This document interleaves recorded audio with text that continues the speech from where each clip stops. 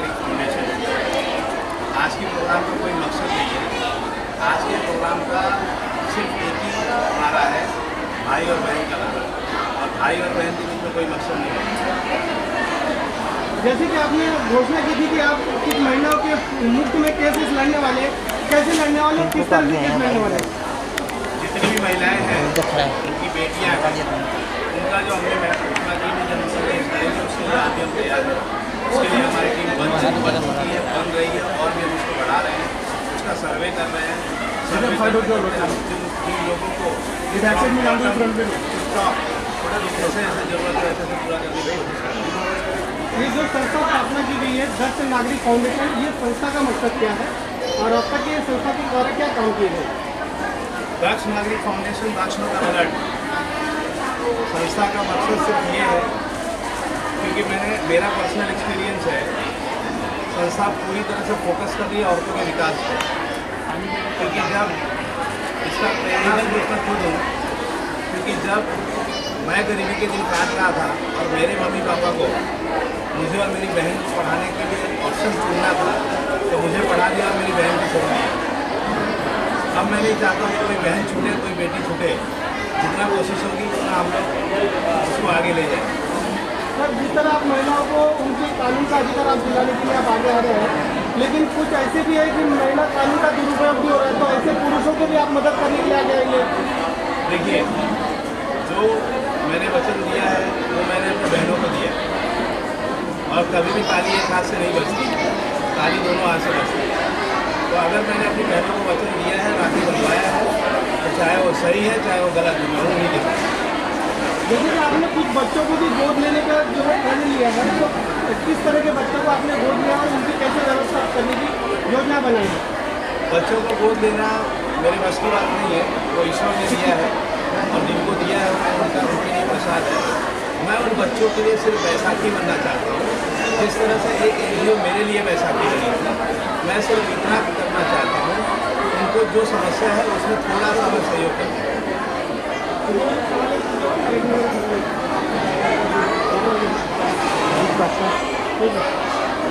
आपकी संस्था national level पे काम कर रही है या इंटरनेशनल लेवल पे? नहीं, अभी मेरी संस्था मुंबई लेवल पे ही काम कर रही है, क्योंकि हम उतना ही करना चाहते हैं जितना डिलीवर कर सकें। हम डेमो पीस नहीं तैयार कर रहे हैं, हम ओरिजिनल तैयार कर रहे हैं, ग्राउंड से कर रहे हैं। ऐसी कोई योजना है आपके महिलाओं के लिए जो आप गवर्नमेंट से कुछ डिमांड करना चाहते हैं? मैं गवर्नमेंट से कुछ नहीं डिमांड करना चाहता। सर, मैं आज यहाँ पे साड़ी बताया, आपने कार्यक्रम बताया, तो कितनी आपने बहनों को इकट्ठा किया है और साड़ी देने वाले कैसे लिस्ट तैयार की है, क्या उसके इसकी लिस्ट तैयार करने के लिए मुझे किसी अनुभव की ज़रूरत नहीं है। जहाँ से ये बहनें आई हैं वहीं मैं रहता था 27 साल, तो मैं सब इनको अच्छी तरह से जानता हूँ। मैं खुद मिला हूँ और मैंने खुद बुलाया। आज यहाँ पे तो कितने महिलाओं को साड़ी? कम से कम 1200।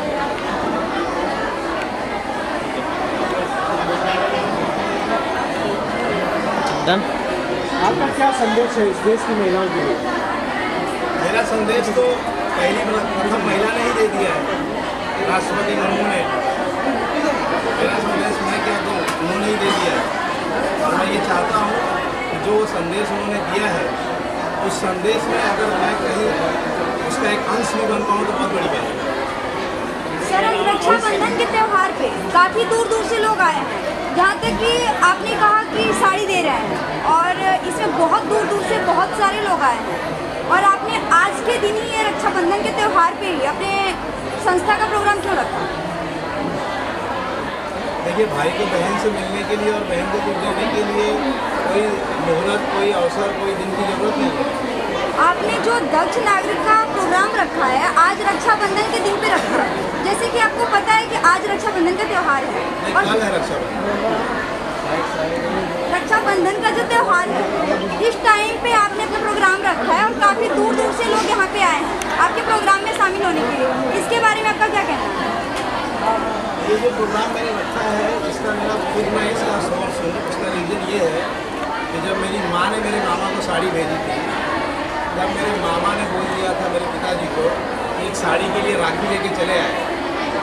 इस प्रोग्राम को इसलिए रखा था कि मेरी कोई ऐसी बहन ना हो जिसके भाई ऐसे बोल दें या जिसकी भाभी ऐसे बोल दें एक साड़ी के लिए राखी लेने क्यों आए, उसी चीज़ को पूरा करने के लिए आज रखा है, ताकि कल ये साड़ी पहन के अगर इसमें से कोई एक ऐसी भी बहन मेरी निकली जिसके पास कोई साड़ी ना हो, मेरी बहन के अगर कोई रक्षाबंधन मनाएगी तो ये मेरे लिए सबसे सौभाग्य की बात है। आपके कहने का मतलब ये है कि आज आप इन लोगों के भाई बन रहे हैं और कल के टाइम में आप इन सभी जो भी स्त्रियाँ आई हैं यहाँ पे जो भी मौजूद है, कल का आप इनका सपोर्ट करेंगे, प्लस जो भी बच्चे हैं उनका भी सपोर्ट करेंगे। 100%।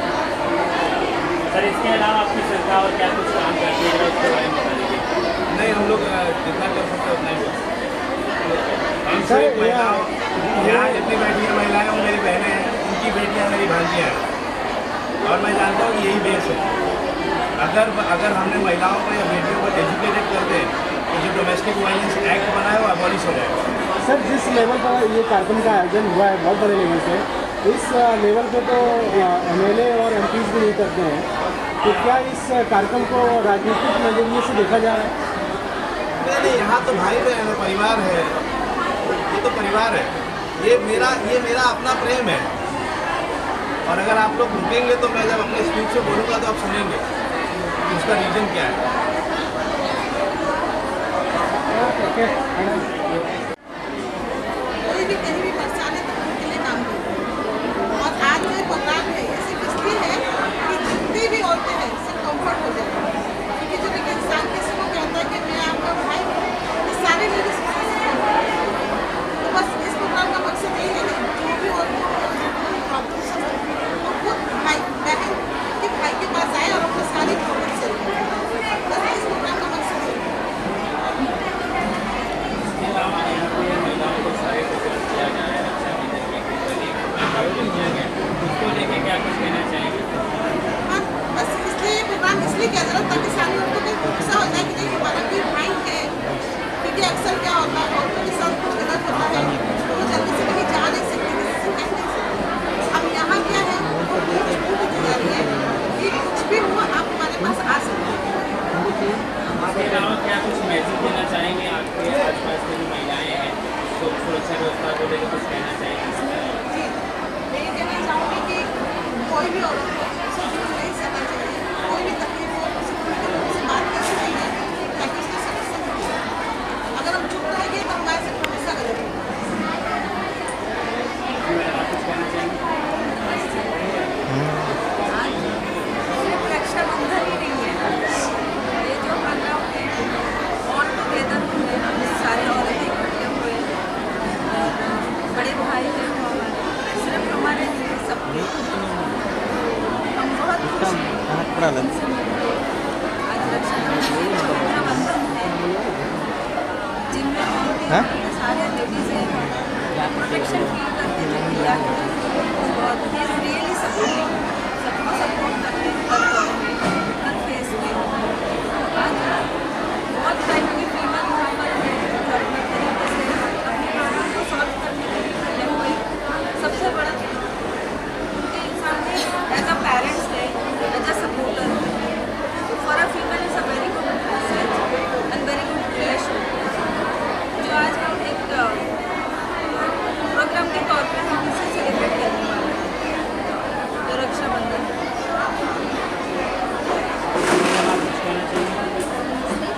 ये मुझे मेरी बड़ी बहन है, इन्होंने ना हर एक औरत के घर घर जाके सपोर्ट किया है, सबसे पूछ लिया आपको क्या प्रॉब्लम है।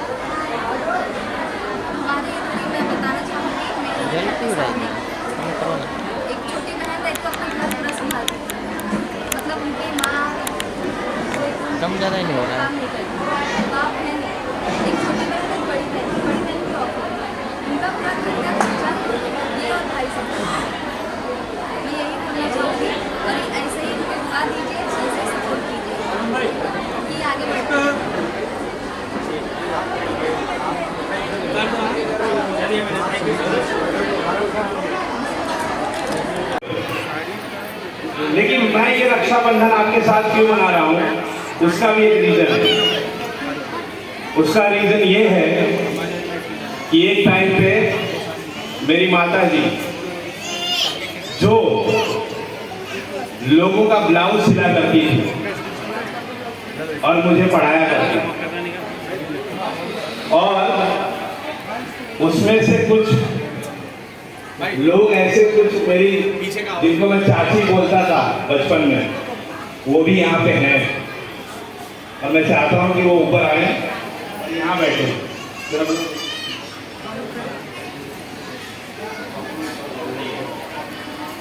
आओ ऊपर आ जाओ।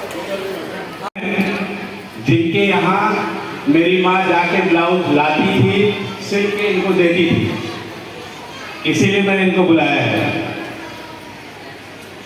रीजन ये है त्योहार मनाने का, सब लोग मना रहे हैं, लेकिन मेरा इस त्योहार को इस तरह से मनाने का रीजन ये है कि ऐसा एक बार हुआ था जब मेरी माँ ने मेरे मामा को राखी भेजी थी और मेरी मामी ने बोला था कि एक राखी के लिए थाना चले आए।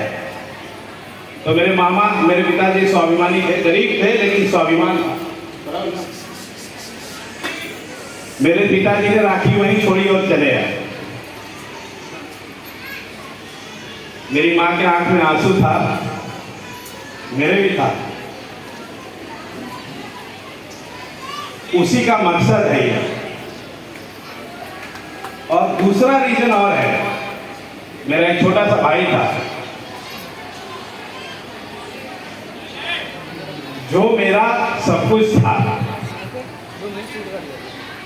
लेकिन 2012 29 दिसंबर 2012 को उसकी डेथ हो गई एक्सीडेंट में। और उसके बाद मुझे भैया बोलने वाला चला गया। तभी मैंने कसम खाई थी कि मुझे भैया अब इतने लोग बोलेंगे कि शायद वो जो भैया सुनने का दर्द था मेरे कान में, उसे मिटा सकूं। मुझे आप लोगों से कुछ नहीं चाहिए, मैं आप लोगों से कुछ नहीं मांग रहा हूं।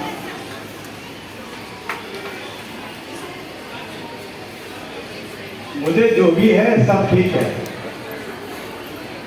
प्रॉब्लम सिर्फ एक ही है कि आज मैं कोर्ट में जब भाइयों को लड़ते हुए देखता हूं तो मुझे इतनी शर्म आती है उन पे।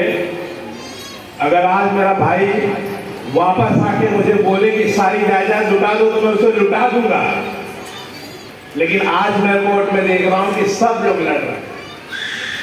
हम शत्रु खुद बनाते हैं,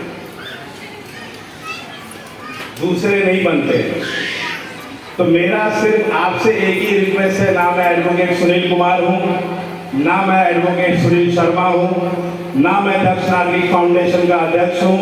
मैं सिर्फ और सिर्फ आपका भाई हूं, सिर्फ और सिर्फ आपका भाई हूं। मुझे आप किसी भी नाम से मत बुलाइए।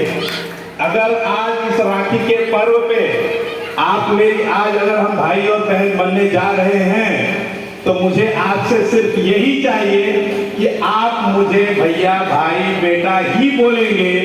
और ये तो सिर्फ शुरुआत है, बहनों का तांता बढ़ता जाएगा। अगले साल तक 1 लाख बहनें होंगी और 1 लाख राखी बंधवाई जाएगी, ये मेरी कसम है। और मेरी माँ की कसम, अगर मैंने आपको बहन बोला है, रात को 2 बजे फोन करना और पूछना।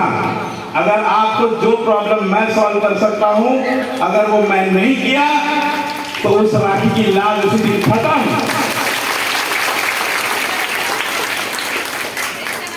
आज आप मेरी बहन हैं, आज आप मेरी माता है, आपकी बेटियां मेरी भांजी हैं और उनकी सारी जिम्मेदारी जितनी मेरी या जितना मैं कर सकता हूं वो मेरी है। आज से कोई भी भांजी, मैं आज यहाँ बुलाया हूं, कल से आपके यहाँ आऊंगा, हर दरवाजे पे आऊंगा, हर उस बेटी को मिलूंगा जो पैसे की वजह से पढ़ नहीं पा रही है। बेटी पढ़ेगी तो डोमेस्टिक वायलेंस होगा क्यों? अगर बेटी पढ़ेगी तो उसको उसका पति लात मारेगा क्यों? अगर बेटी को पढ़ाओगे तो उसे डिवोर्स देगा क्यों? कोई नहीं देगा। आज जो लोग, मेरी माँ नहीं आ सकती है क्योंकि मेरे भाई के मरने के बाद मेरी माँ पाई थे।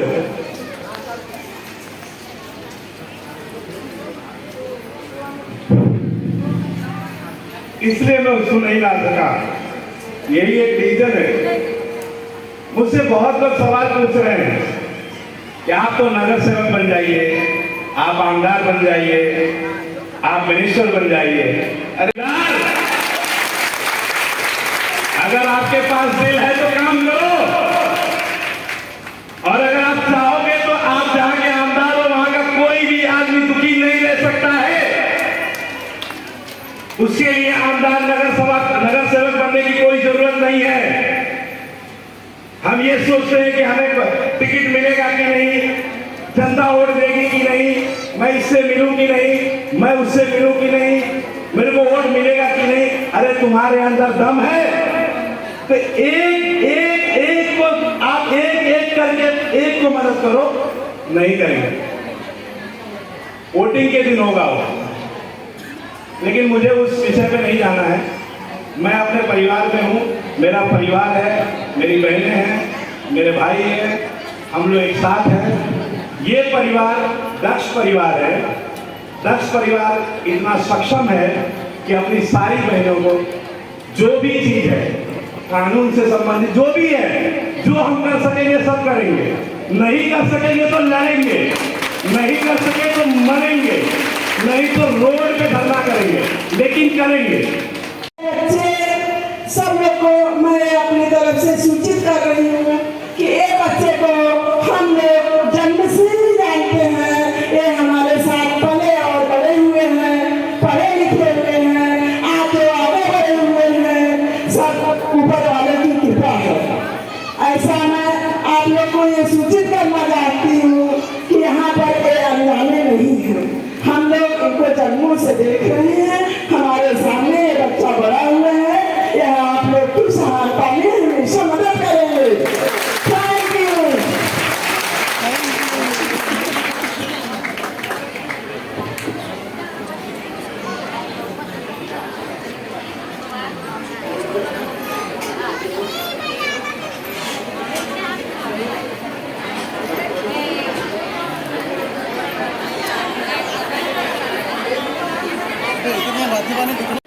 प्रतिनिधि के लिए आपके लिए जो है ना उपहार लगा है, इसलिए मैंने रखी आपने प्रतिनिधि अपना आइए इस तरफ आइए, वापस इसको छोड़ दीजिए, काफी आ जाओ, इस तरफ आया।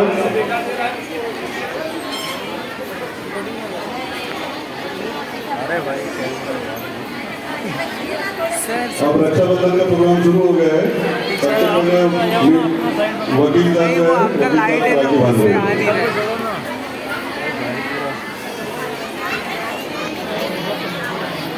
बस संयम करके बस धीरे धीरे लोगों को बुलाया जाएगा। आप लोग प्रोग्राम शुरू हो गया है।